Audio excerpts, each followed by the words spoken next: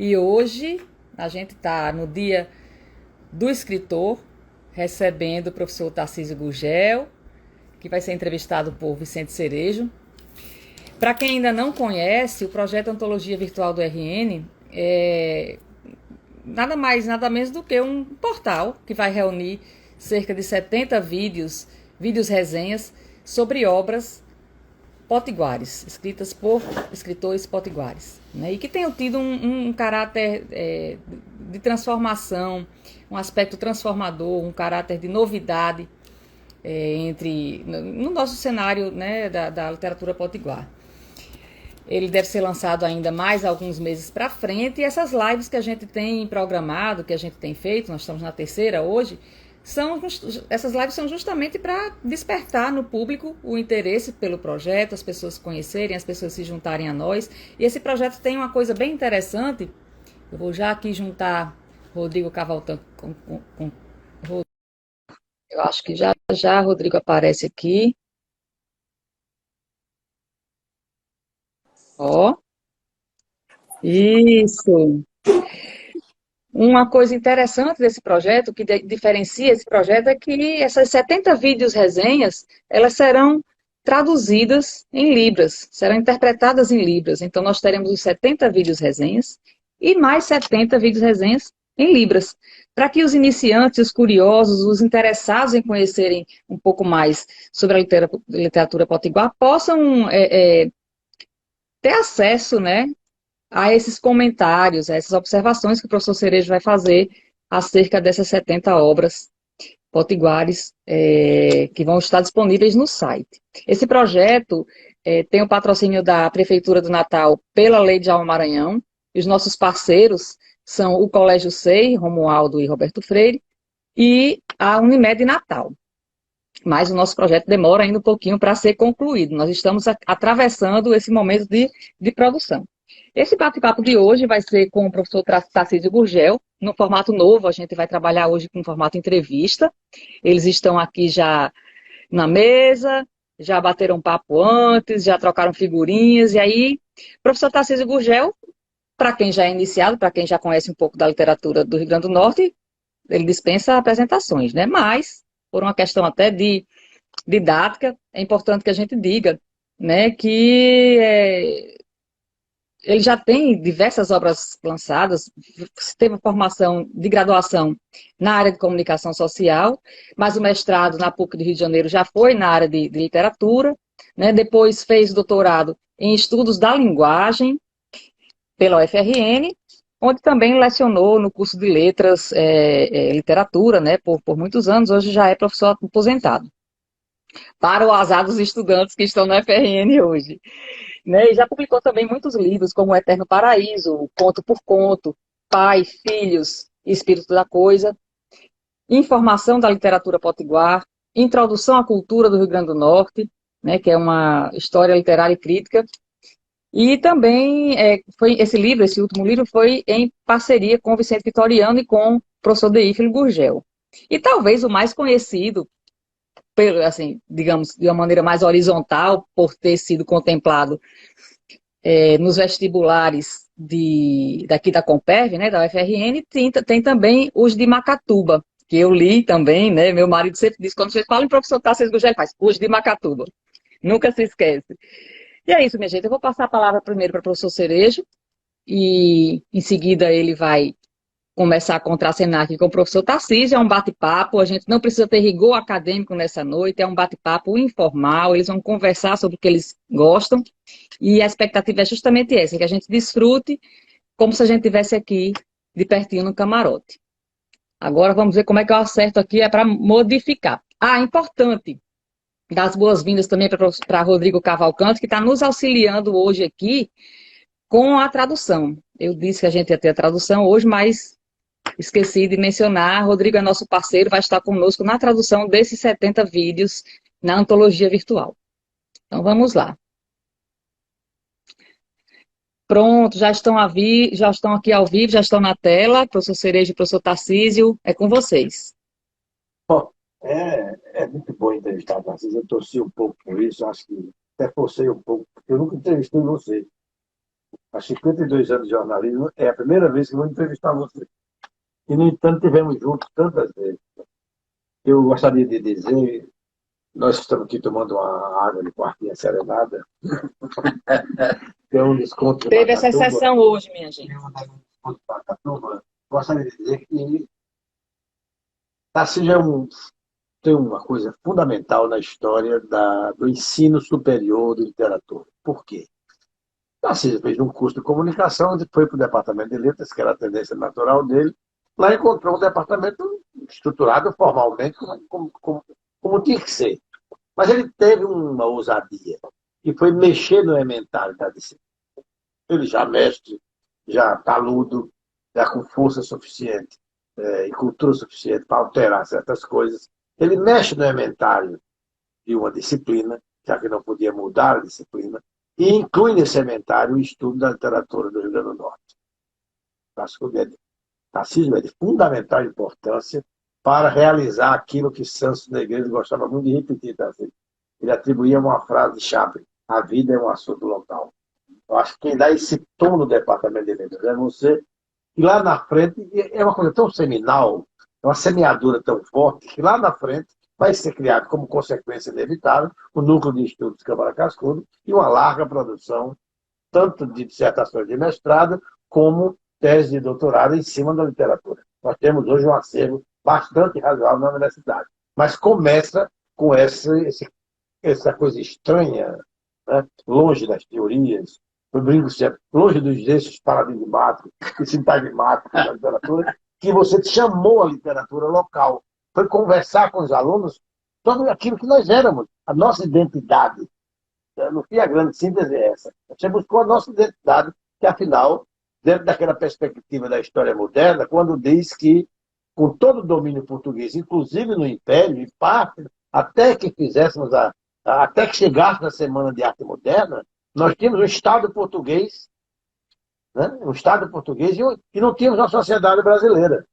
O Estado era português na medida que você tinha um aparato legal, todo luso brasileiro, mais luso do que brasileiro. E não havia uma sociedade brasileira, no sentido de hábitos, costumes e tradições que fossem nossos e que nós olhássemos para isso. Então, com base nesse seu olhar para a província, para a cidade, né, para a noiva do sol, como dizia Cascudo, né, eu queria que você falasse um pouco sobre duas coisas que são fundamentais como, digamos, arqueologia do olhar literário. Ora, olhar, assim já para essa altura, muito cansado.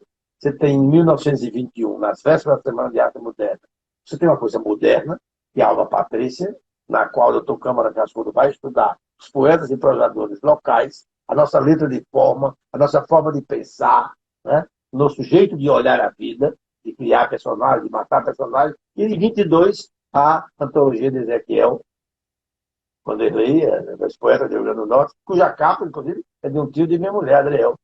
É a capa um pouco voluptuosa, de traços, mas muito típica daquela época. Você não acha que a coisa começa por aí? É o nosso alicerce, é o nosso patamar? Eu tenho certeza de que sim, Cerejo. Mas pediria permissão para abrir um parênteses inicialmente, para não fazer propriamente uma correção, mas fazer uma observação que certamente agradará muito você, porque você, inclusive, é personagem desse episódio. Você se referiu a essa como sendo a primeira entrevista que você faz comigo. Não foi. Não foi. A primeira entrevista que você fez comigo foi no ano de 1975. Os de Macatuba. Exatamente. Quando você articulava todo o lançamento de Os de Macatuba e patrocinou toda a confusão em torno do livro, que é uma coisa que eu contarei no meu terceiro livro. A partir da declaração de Dailô. Exatamente. Dailô declara, é lançado o primeiro livro de contos, que Dailô achava a linguagem de Tarcísio muito moderna na época, e daí eu estou de manhã na redação, chega o Navarro, os olhos fechados, tinha tomado um belo uísque, tudo fez muito bem, e olha para mim e diz: nunca pensei que o sobrinho de meu amigo Luiz Antônio Cerejo desconhecesse o de Macatu, porque este sim também não era o primeiro. Né? Mas ele Não, os Mortos São Estrangeiros, que é um livro maravilhoso. E desconhece que foi este sim o primeiro. Teve uma discussão que não foi o primeiro. Mas fiz uma observação por quê? Porque isso vai servir... Mas a minha entrevista, na verdade, explosiva, foi com o Dalhou. É claro. Não, mas você também me entrevistou na medida em que você, cobrindo a Fundação José Augusto, como você fazia, indo quase todos os dias lá, você, sabedor de que o livro estava acabando de ser impresso na Gráfica Manimbu, você quis saber a respeito e tal, e deu partida do negócio. Mas o fato, fiz a observação também, Sérgio, pelo seguinte, que isso vai acabar fazendo, como hoje gosta-se de dizer, um link com o que a gente vai conversar sobre a coisa da vanguarda, etc. Mas em relação especificamente a esses dois livros de acontecimentos literários, que a gente pode muito bem dizer assim, que você mencionou, Alma Patrícia e Poetas do Rio Grande do Norte, respectivamente de Câmara Cascudo e de Ezequiel Vanderlei, eu tenho a dizer que concordo integralmente com o que você também observou, na medida em que esses livros são as primeiras tentativas de sistematização de uma literatura que, como se dizia no interior antigamente, acontecia como a batata que nasce na beira do rio, na margem do rio, etc. Uma coisa que era ao sabor da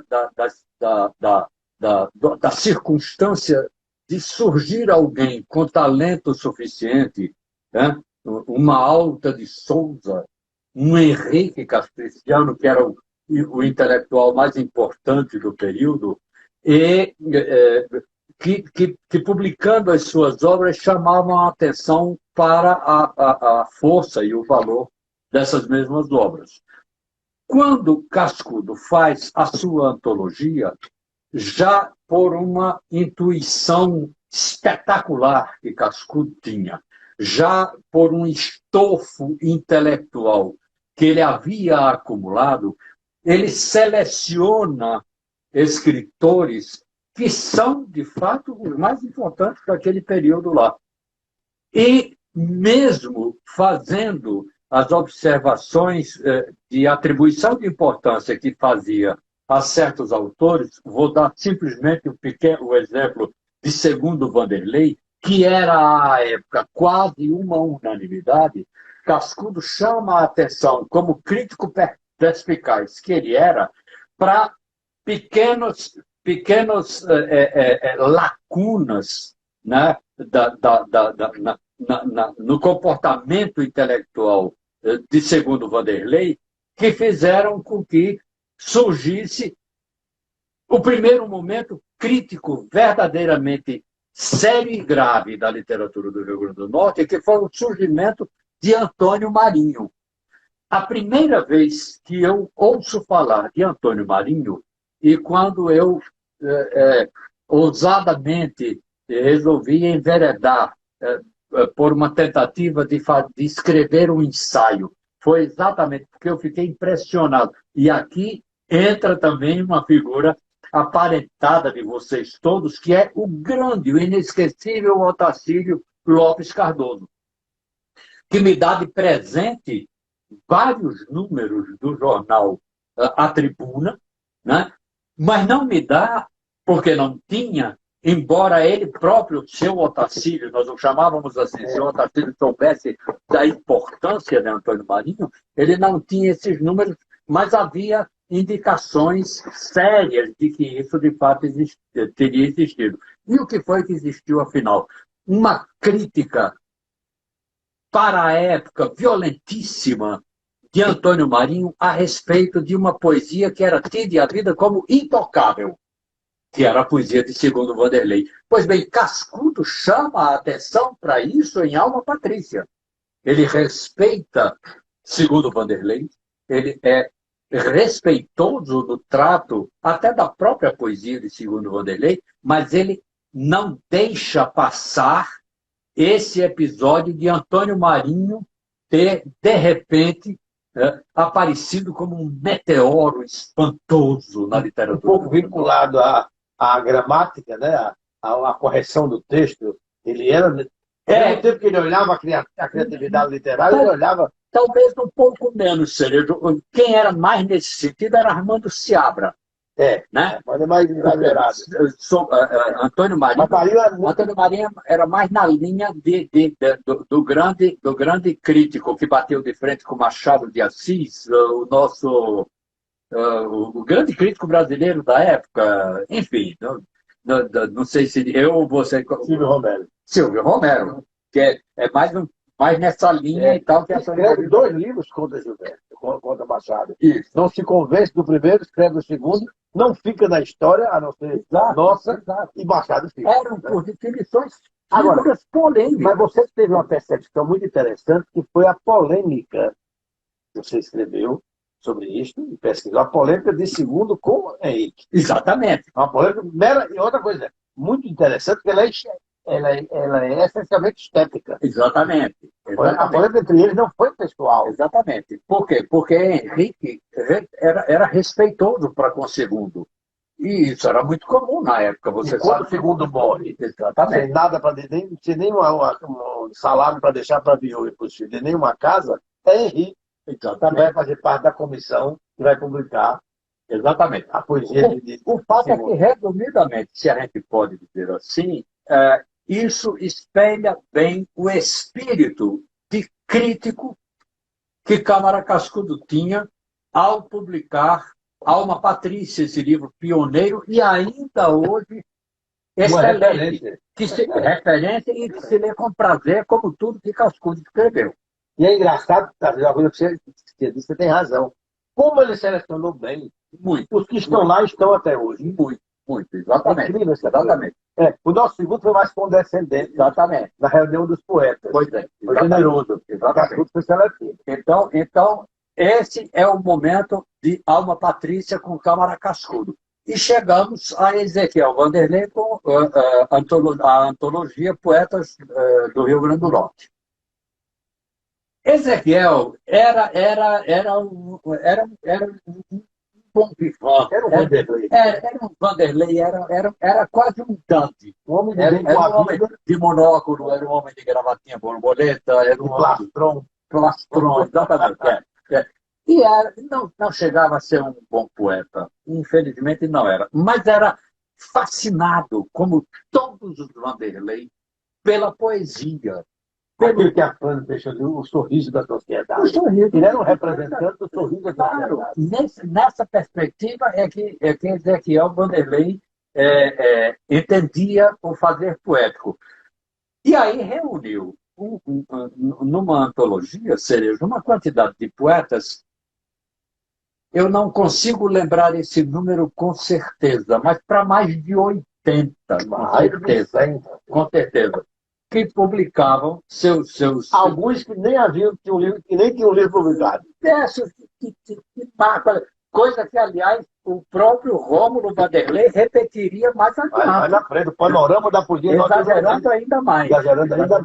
Que o Otacílio dizia, o Otacílio muito educado, dizia, ele foi muito condescendente.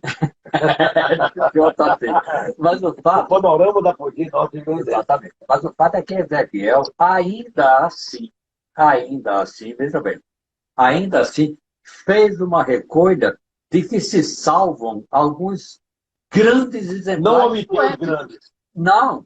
Ele foi generoso com os mais ou menos, mas não omitiu os grandes. Ele publica, se não estou enganado, de Alta de Souza, Caminho do Sertão, se eu não estou enganado. Que é um soneto belíssimo. Deísmo dizia que é um dos sonetos mais lindos da literatura. Aquela coisa da Jurema, etc., do último terceiro. Ele publica Elogio da Preguiça, de Juvenal Antunes. Ele publica de Henrique Castriciano. Ele publica A Estátua, que é um modelo de poema parnasiano. É um clássico parnasiano. Exatamente. Do ponto de vista local. Então, Ezequiel tinha uma boa noção também dessa história. E, para resumir, para a gente ter a condição de falar de outras coisas, eu direi que você foi feliz tomando como ponto de partida isso aí.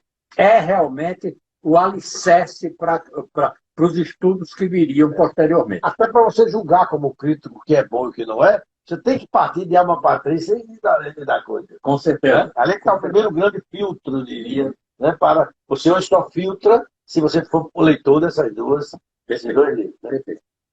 Em 2001, vamos pular. Certo. Depois a gente volta à vanguarda. Certo. Em 2001, você talvez aquele sentido de brincar com as palavras, que é muito Mário Andradino, desta parte, não é que eu quero humilhar ninguém, aqui está o Mário Andradino. Você brinca com o título, o grande título de Antônio Cândido, né? E lança a informação da literatura do Rio Grande do Norte, 2001. Entre 2001 e 2009, quando você lança, né, na Velha Época da Esquina, e aí eu acho que você merece um elogio, ao longo de 8 anos, digamos 78 anos completos de produção, você lança os 2 maiores panoramas sobre o fazer literário do Rio Grande do Norte. Sem nenhum favor, não é porque eu lhe queira bem, nem reconhecer seu talento, não, porque quem comprei foi você. Não dá para tentar conhecer a literatura do Rio Grande do Norte sem seus 2 panoramas. E você não tem nenhuma pretensão crítica de julgar consagrado e desconsagrado, não é isso. É que você traça 2 panoramas indispensáveis para se conhecer a palavra, o manejo da palavra, o ritmo, a metáfora, a construção do poema, a construção do conto, a construção do romance, estão nos seus livros. Eu queria que você falasse primeiro um pouco sobre informação da literatura do Rio Grande do Norte. Da literatura potiguar, na verdade. Eu não gosto de potiguar. Não, mas eu fiz questão exatamente porque colocar Rio Grande do Norte ficar em campo muito grande. Então, em potiguar é uma coisa que caracteriza. Né? Ainda que mas é porque quem vem de fora só fala em potiguar. Os comedores de camarão. Aí você faz um ordenamento, veja, inclusive visual, das figuras, das publicações e do que elas publicavam. A informação da literatura potiguar é resultado de um estímulo natural que eu sofri do meu pai intelectual, que chama-se Teífilo Gurgel, e de uma cobrança intermitente que me fazia sandas com negreiros. Porque, ali atrapalhando, você quando volta do mestrado, que é o livro que ele faz do Espírito Santo, que é muito interessante o livro, mas não tem nada a ver com a grande sacada que é a informação. É engraçado. Justamente. É como se você deixasse no Rio, justamente, a exigência acadêmica do Rio, o rigor acadêmico do Rio, e chegasse aqui como dizer, eu estou livre, tá? Estou livre da cobrança, né? Eu estou livre dessa chatice acadêmica, e agora vamos fazer o que gosta. O repórter não morreu em você é muito certificado também nesse sentido. Não é que você negue o passado, você não nega, mas você faz outra coisa. Veja bem. Embora eu tivesse também para escrever o Pai, Filhos, Espírito da Coisa, no meu mestrado lá no Rio de Janeiro, como referência, uma informação que eu tinha recebido do meu tio a respeito de uma disenteria que tinha acometido o imperador às margens do Ipiranga. Foi a primeira vez que eu ouvi falar da caganeira de Dom Pedro. Não tinha naquele tempo, eu tinha eterno meu avô. Não, a única pessoa que havia falado nessa história, que eu saiba, e que o meu tio depois veio a esclarecer para mim, tinha sido Paulo Setúbal, um escritor paulista que escreveu 1000 histórias a respeito da história brasileira. 1000 episódios, assim, aventureiros, coisa do tipo. Mas aí eu tive que fazer uma coisa tomando como base exatamente essa postura intelectual puckiana, acadêmica, orientado por... Claro que o livro existe o seu bom lado. Sim. Não estou dizendo que claro que foi forte, você não vai negar isso. Eu hoje reescrevi. Mas você teve autonomia sobre o jogo. Porque eu tenho que render homenagem a Afonso Romano de Santana, que foi o meu orientador, que me disse, você, exagero dele, né? Você sabe escrever, escreva aí e tal. E aí foi fazendo os ajustes necessários. Mas por que essa confiança da parte dele também? Porque, na verdade, quando eu cheguei lá, liguei essa informação do meu velho e querido tio Alexis há uma informação de uma crônica que ele havia escrito a respeito de Mendes Fradique, um humorista capixaba que morava no Rio Grande do Sul, engraçadíssimo, que escreveu uma história do Brasil pelo método Confúcio. Exatamente. Depois de haver escrito uma gramática do Brasil, gramática brasileira pelo método Confúcio. Esse método Confúcio ele foi buscar uma pessoa que você admira muito, em João do Rio, e numa das crônicas dele andou mencionando essa história, não sei o quê. Aí ele fez isso aí um cavalo de batalha para o humor dele. Muito bem.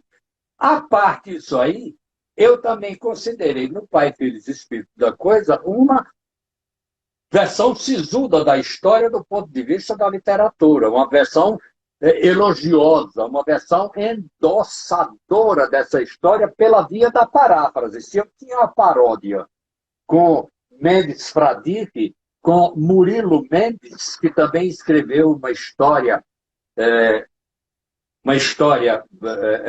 do Brasil, e publicou, é um livro esquecido da obra de Murilo Mendes, mas tem versos, tem poemas, por exemplo, de uma sutileza, né, incrível, como, por exemplo, um poema piada que ele escreveu com o título de Senhor Feudal, que diz assim: se Dom Pedro II vier aqui com história, eu boto ele na cadeia.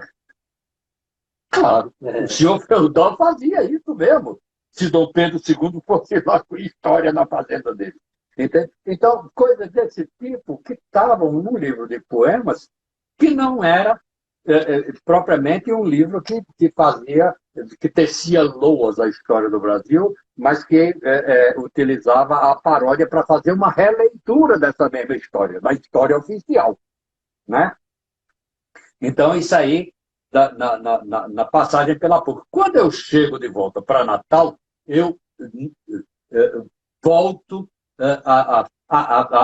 ao meu país, à minha pátria, né, a minha pátria potiguar, e aos contatos permanentes com Deífilo Gurgel, com aquela voz anasalada maravilhosa dele. Por que é que você não faz isso?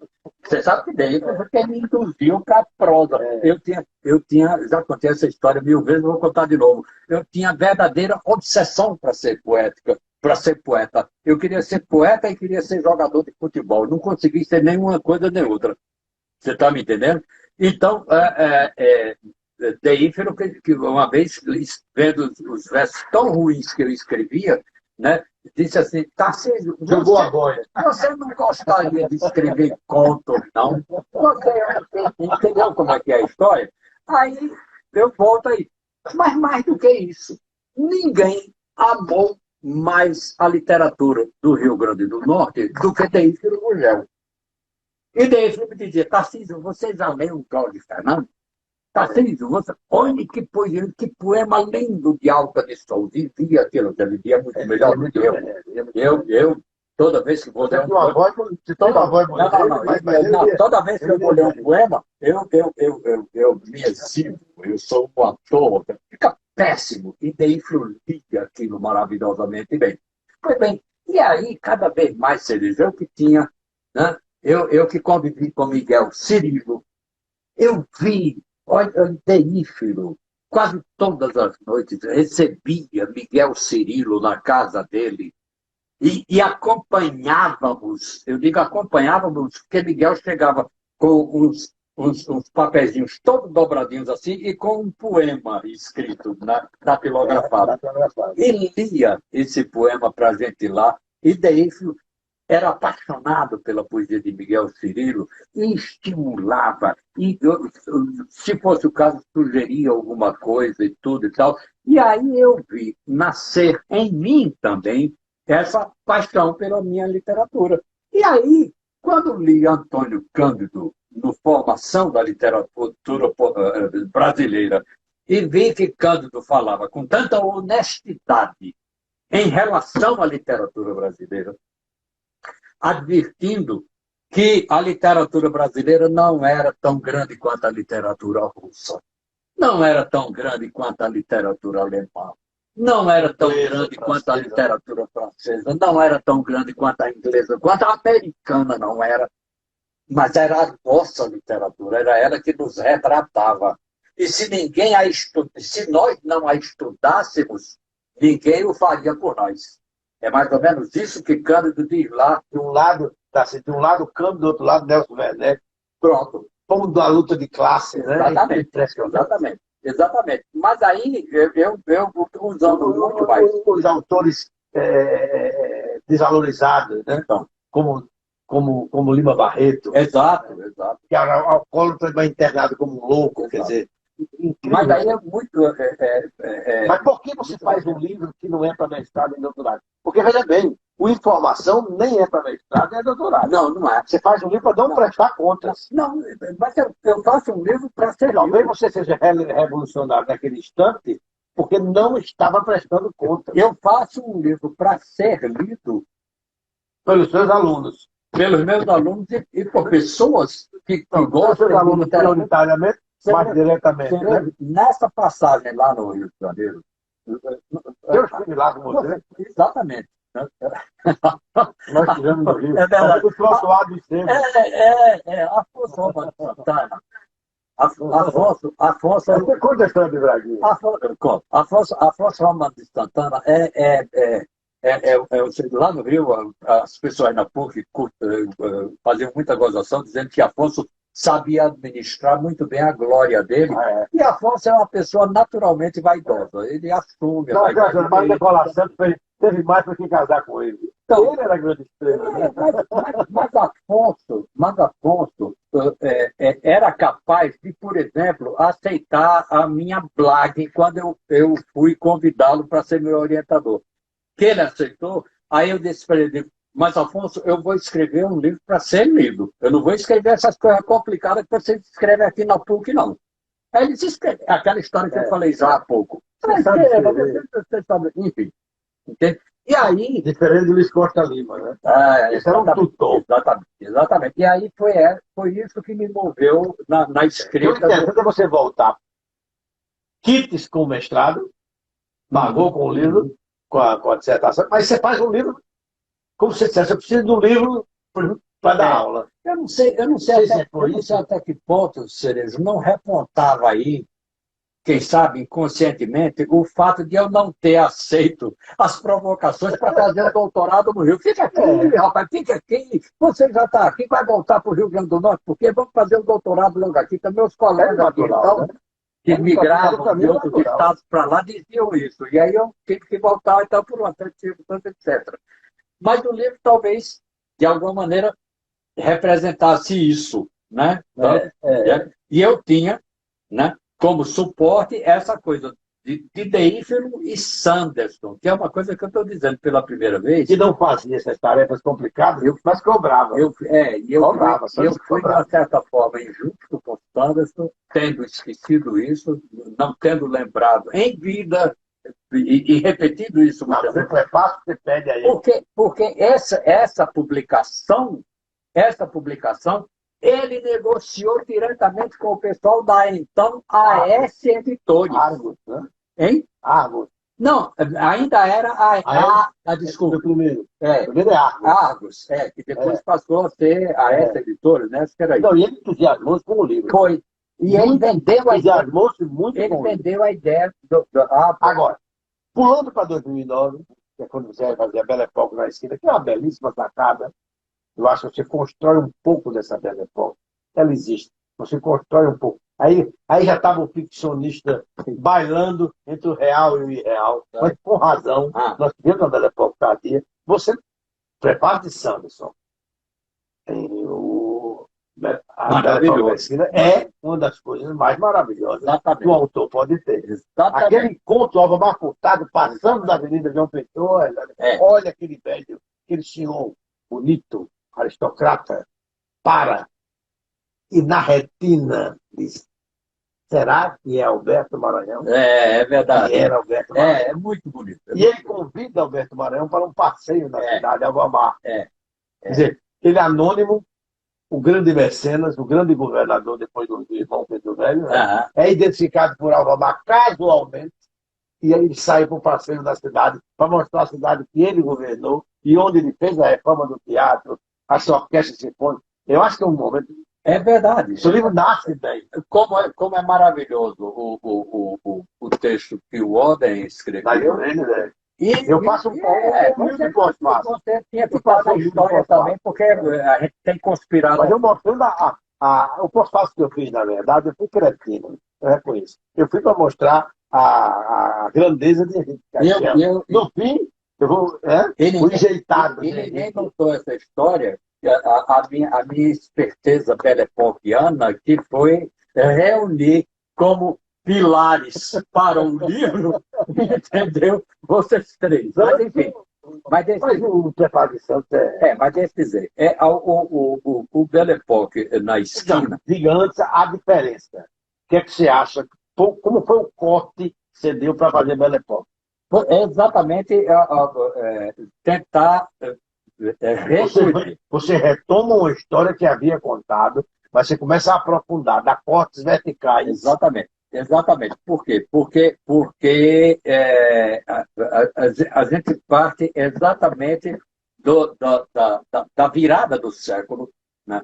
da chegada da República ao Rio Grande do Norte, que se dá de uma maneira muito engraçada. Pedro Velho, o fundador da República, foi sim, mas Pedro Velho levou 2 anos quase para assumir de fato o poder. E quando assume, um médico próspero, eu queria ser político. Mas ele e os irmãos Cerejo, todos cosmopolitas, todos testemunhas do que o nosso prefeito carioca, meu Deus, agora, enfim, as transformações que estavam ocorrendo no Rio de Janeiro, eles assistiram. Pereira Passos, exatamente. E era influenciado pelo Russimão de Paris. Exatamente, da grande reforma do centro de Paris. Então, criou os arrondissements, raios a partir do Arco do Triunfo. E essa força desse conjunto que se chama Belle Époque, ela pende muito para o lado estético, com as pessoas esquecidas de que essas transformações eram extremamente sanitárias aqui no Rio Grande do Norte. Para o papel de Januário. Sim, porque na época já estava começando a coisa da preparação, ele dirigindo o hospital que tinha sido trazido da Salgadeira, que era um pardieiro para o Morro de Petrópolis. Ele começa a dar uma dimensão de ordenamento para o atendimento médico público no Rio Grande do Norte, que até então não existia. E, de repente, isso não acabava aí, não, porque quando Pedro Velho se apercebe de que Natal começava onde hoje é aquela dependência do judiciário, ali na descida da Ribeira, um prédio construído por o nosso arquiteto famoso Herculano Ramos. Que passa aqui um bom tempo, plantou as mongobeiras. Natal começava ali e terminava na Santa Cruz da Bica. Era uma nesga.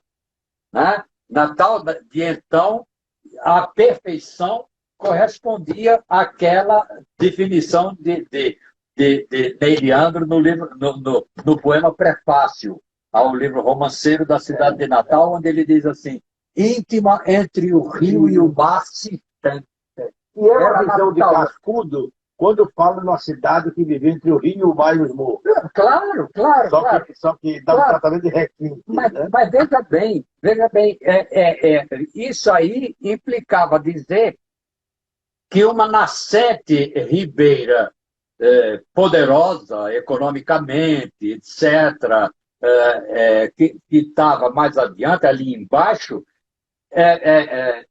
tinha a dificultar as pessoas que queriam chegar até lá um charco monumental, que era ali onde hoje está o Teatro Alberto Maranhão, a praça que foi concebida, infelizmente, toda descaracterizada, mas tem outra história. Pelo próprio Herculano Ramos, que Herculano Ramos tinha vindo de Fortaleza para cá, ele tinha trabalhado Tem uma ata, no tem uma ata de Teatro onda de Alberto Maranhão. caçudo belíssima sobre Herculano Ramos. Então, tinha trabalhado no Caçudo Teatro Alberto retratista, Maranhão. Exatamente. E aí vem para cá, fica, como você sabe, toda essa história, Faz a reforma do teatro. faz a reforma do teatro, higieniza, era assim que se falava na época, tudo aquilo lá, porque aquilo lá não foi de responsabilidade do próprio Herculano Ramos, não foi consequência do que ele concebeu como arquiteto para aquilo lá. Como é que você ia ter um teatro ali se as pessoas não chegavam ao teatro? Se fosse inacessível. Como é que você ia aproveitar uma praça linda como era a praça de então? Estava no nome Ribeira, né? Estava tudo ali. Estava tudo, e ali o rio todo lá foi aterrado, os charcos desapareceram, as doenças, os miasmas, como se vai, essa palavra é maravilhosa, os miasmas que existiam lá causando doença nas pessoas estão desaparecendo. Mas mais do que isso, uma duna gigantesca que estava para o lado de cá, onde hoje a gente está também colocado, né? Que a cidade mal chegava onde hoje a gente conhece como Avenida Deodoro. Ali começava a mata de petróleo. Uma gigantesca que estava lá, tão grande que os adversários de Alberto Maranhão, entre os quais o patrono do jornalismo potiguar, como é que é o nome dele? É combativo. Dizia-se que nas anedotas da época, nas anedotas políticas da época, dizia que esse jornalista, eu vou lembrar o nome dele daqui a pouco, que era, inclusive, paralítico, ele se movimentava numa cadeira de rodas, mas também era pendurado no governo com e adversário de Eloy. Adversário de Eloy, adversário um jornalista altamente combativo, espetáculo de jornalista e tal. Aí o que faz Pedro Velho? O transfere para Pau dos Ferros para ser professor de educação física, paralítico na cadeira de rodas. É uma loucura isso tudo. Aí começa a perseguição política. É o ato ancestral da perseguição política. Que Álvaro Alberto, meu amigo, contava essa história revoltado. Né? Falam o democrata Pedro Velho. Sabe o que ele fez com o meu avô? Então, o fato é que isso tudo, vou usar outra palavra que está muito em voga, isso tudo compõe um combo, né, que é transformador da cultura. Gerador de uma narrativa. Diga uma palavra. Gerador da narrativa. Gerador da narrativa. Eu já estou olhando aqui para a Silvinha, já estou vendo, ele fala tanto, já está acabando o nosso tempo, eu suponho. Podemos falar, então, um pouco sobre a vanguarda? Também é bom, viu? Tá bem. Antes nós enfim descansaremos. Me diga uma coisa, na sua opinião, no corte rápido, onde é que nós fomos mais nacionais e mais originais? No poema concreto ou no poema processo? Eita, agora você me ferrou. Não lembra que houve a experiência do poema concreto? Mas o poema processo eu acho que foi mais nacional. Eu acho, na medida em que Vladimir Dias Pino era uma figura fantástica. Nós estamos nas antologias feitas por ele todas. Vladimir Dias Pino era uma figura fantástica e Moacir Cirne, que se ligou muito a ele na época, deflagrou juntamente com ele o livro de Moacir Cirne, A Explosão Criativa dos Quadrinhos, não só fundou o estudo dos quadrinhos como um processo de comunicação, como colocou no currículo das universidades. Sim, claro. Da Universidade do Rio de Janeiro, da Federal do Rio. E ele se tornou professor da Universidade Federal Fluminense sem ser formado. Ele largou o curso de Direito aqui. Foi mostrar, quando ele lança pela Voz, isso foi muito importante, que a Voz era uma grande chancela. Quando ele lança A Explosão Criativa dos Quadrinhos, que foi o primeiro livro dele, ele nacionalizou-se. Ali ele era o nome nacional. Incrível. Você foi mas foi contemporâneo disso. Mas vamos só tentar uma síntese aqui para não deixar passar a coisa da vanguarda. Então, a gente tem 66. Você era praticamente um menino nessa época. 66, 15 anos. 66 comemora-se aqui em Natal, por iniciativa de Moacir, Fernando Pimenta, Anchieta, Sebastião Carvalho, Juliano Siqueira, todo mundo está envolvido nesse negócio, a comemoração dos 10 anos da poesia concreta. E aí, a partir desse momento, começa-se a disseminar no Estado uma nova linguagem. Que linguagem é essa? A linguagem da vanguarda. Que linguagem de vanguarda é essa? É uma linguagem que se nutre de uma ideia de origem militar, né? Metaforicamente passa por aí, que é de vanguarda. O grupo que vai adiante. A infantaria. Que normalmente se dá mal na história, coitada da vanguarda militar, normalmente se dá mal na história para que os outros cheguem e ganhem, enfim. Para você tomar a cabeça de ponte, você sacrifica a vantaria. Mas o fato é que essa vanguarda, em se tratando de vanguarda aqui no Brasil, é toda ela tributária da vanguarda europeia, que Gilberto Mendonça Telles estudou muito bem no livro chamado Vanguarda Europeia e Modernismo Brasileiro, e dá conta dessa situação. Aqui no Rio Grande do Norte, a palavra começa a se disseminar de tal maneira, nessa época, que Moacir Cirne, por exemplo, lança esse livro que eu trouxe aqui como uma provocação. Não devia ter Agora, deixa eu lhe provocar. Lembre-se que a discussão grande é que não existia poesia de vanguarda, mas o poema de vanguarda. Basta essa distinção. A distinção é porque poesia é uma coisa tradicionalista, ultrapassada, arcaica. Poesia de vanguarda era inteiramente condenada. O poema é uma coisa dinâmica. Não existe poesia de vanguarda, dizia Anchieta, irado. Poema é uma coisa dinâmica, uma coisa até transformadora e transformável, se eu posso usar essa palavra tão chata, tão... Enfim.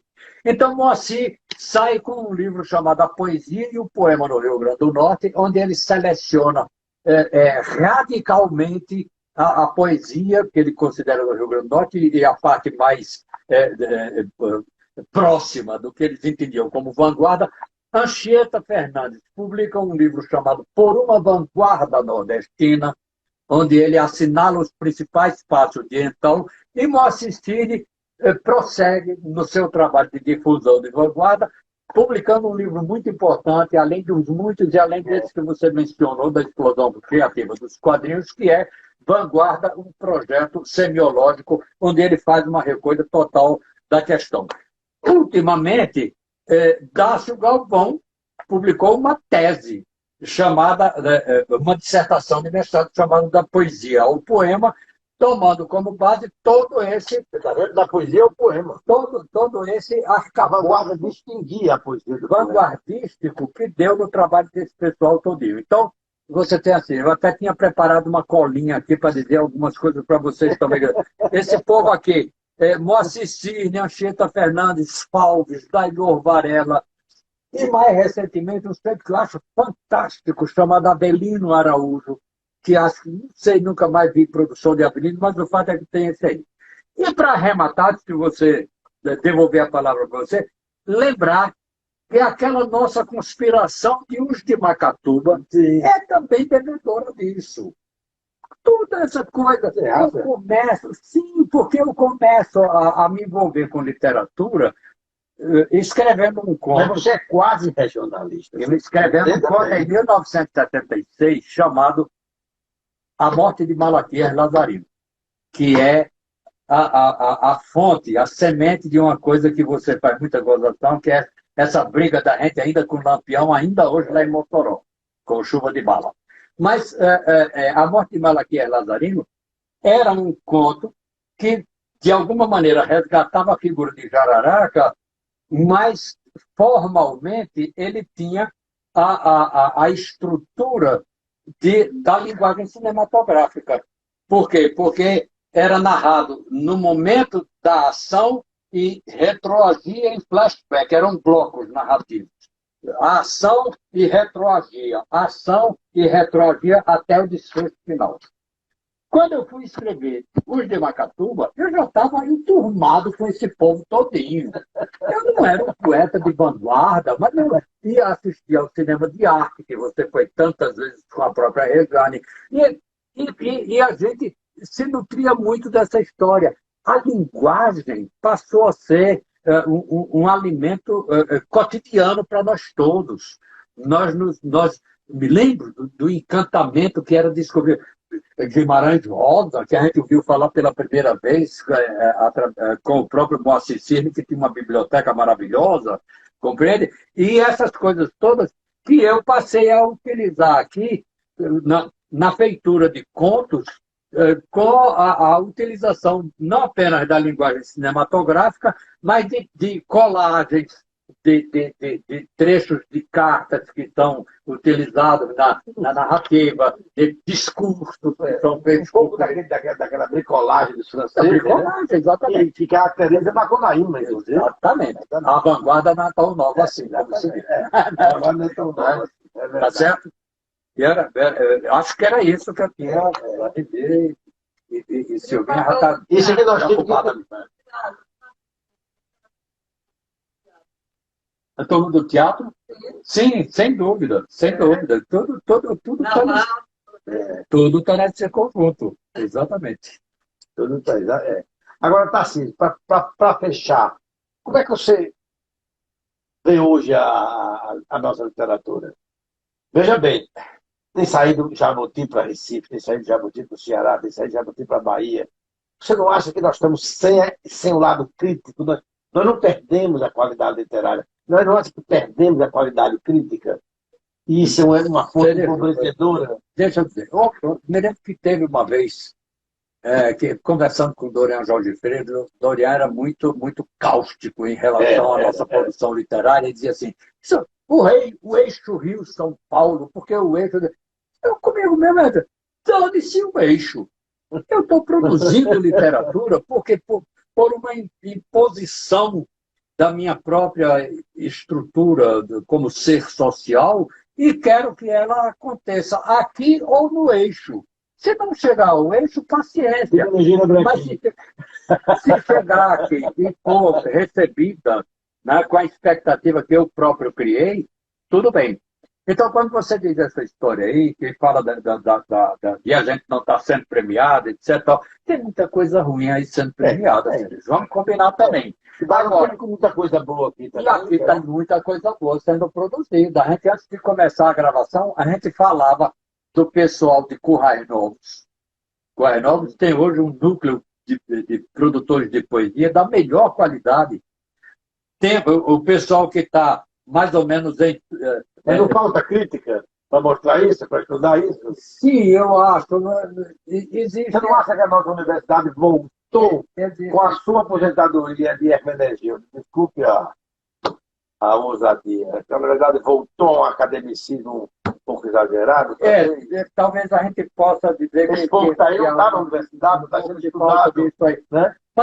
Mas eu acho que a produção literária vai até provocar o surgimento dessa crítica. Com certeza. Tomara. Ela haverá de surgir. Agora, você, por que deixou a ficção? Citei a... Por que deixou a ficção?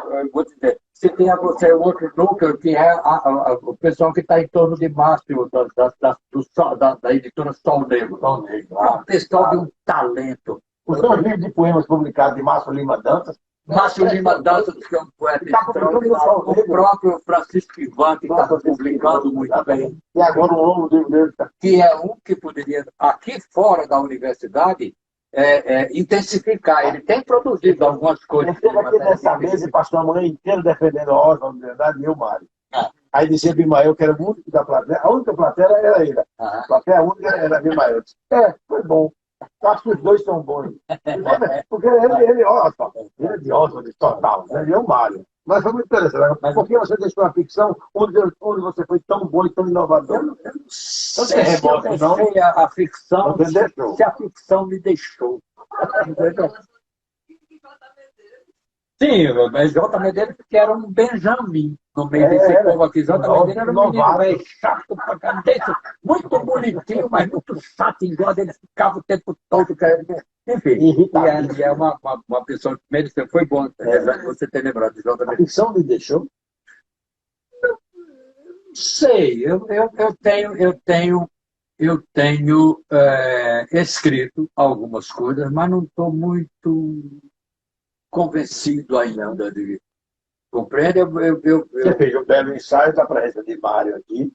Aí Um belo ensaio. talvez Mas a pelo ficção apelo você maior tenha que a adiado ou escondido. quem sabe, eu acho que também um pouco esse lado da memória inibiu um pouco isso. Porque a vida é muito mais rica do que a ficção. A Mas a vida é ficção muito só é mais rica. inventiva. Mas a ficção só é rica quando vai buscar Sim, a vida. é isso, Né? é exatamente Você deixou de ir buscar então, isso. quando eu escrevo alguma coisa no campo da memória que, que, que, que me dá um leve frêmito, Como diria Baudelaire, isso aqui, o frêmito das isso águas. aqui dá para ser lido. Aí isso me comove. E aí, como ficção, exige.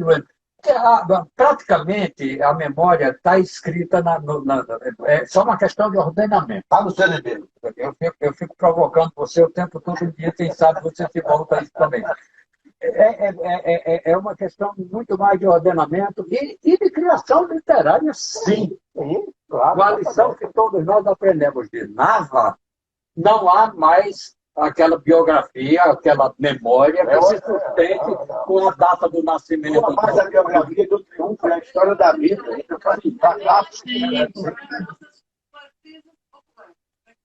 Eu gosto mais de poetismo. Porque eu nunca entendi Da boa da frente, que acredita em poesia. Eu nunca entendi porque é que as pessoas não dizem que Fernanda Montenegro é uma grande ator. Existe o substantivo feminino. Então, por que Vou botar um fato para encerrar essa conversa. Eu estava na Academia Brasileira de Letras, tomando aquele café da cada quarta-feira. E estava presente o presidente Fernando Henrique Cardoso. E perguntou a Bechara, o grande gramático. Bechara, tinha acabado de haver a posse de Dilma. Essa história de presidenta faz sentido? Deixa eu dar aquela explicação muito elegante. E então eu, querendo entrar na conversa, eu tinha que estar ou você encontra a hora certa ou não entro. E eu, como repórter, encontrando, olhando para a brecha correta. Aí veio a brecha. Digo, olha, eu sou um colunista de uma cidade longe daqui, Natal, assim. Sou um provinciano. Mas, professor Bechara, eu que estudei na sua gramática, no curso clássico, aprendeu, quer dizer a coisa do senhor. Eu só uso presidenta no dia que eu chamar o Papa de papo. Aí todos riram e eu pude então participar do chá da academia por essa credencial de bom humor. Agora o Ciro contribuiu para isso, tem mania de poeta, influenciada por Bandeira. Bem, eu vou. Silvia, acabamos, enfim, fizemos a nossa parte. Não, quase ninguém pode terminar de falar hoje, minha gente. Aqui eu tenho a impressão que a gente vai dar o end aqui na transmissão e eles vão continuar conversando aqui. Eu queria mandar um abraço para pessoas que estão nos acompanhando. Maria Gomes, que mandou um abraço para os dois professores. Gisele e João Batista, são dois gênios que estão aqui no debate hoje à noite, olha aí. Professor Ciro Pedrosa, Célia Freire, jornalista. Professor Carlos Peixoto, também jornalista. Onofre Neto. Professor Humberto Menegildo, que foi até citado aqui hoje, está também nos acompanhando. Diretamente de Portugal. Elzinha Cirne, Silvinha Ramalho, Hélio Santa Rosa, enfim, são alguns nomes que eu vi aqui, conhecidos. Fátima Cerejo, sua irmã, olha aqui, tá vendo? De camarote também. E nós temos hoje aqui, minha gente, olha aqui, temos o camarote, o professor Marco está aqui. Será que dá para ver? Não sei. Estamos aqui nesse formato diferente hoje. Obrigada a vocês todos pela participação, por terem assistido. Obrigada à Prefeitura do Natal, através do programa de Maranhão, que nos auxilia a levar adiante esse projeto, que ainda está longe de ser lançado, mas a gente está aqui, feito formiguinha, no passinho, juntando seguidores, juntando entusiastas desse tema que é a literatura do Rio Grande do Norte. Obrigada a todos e boa noite.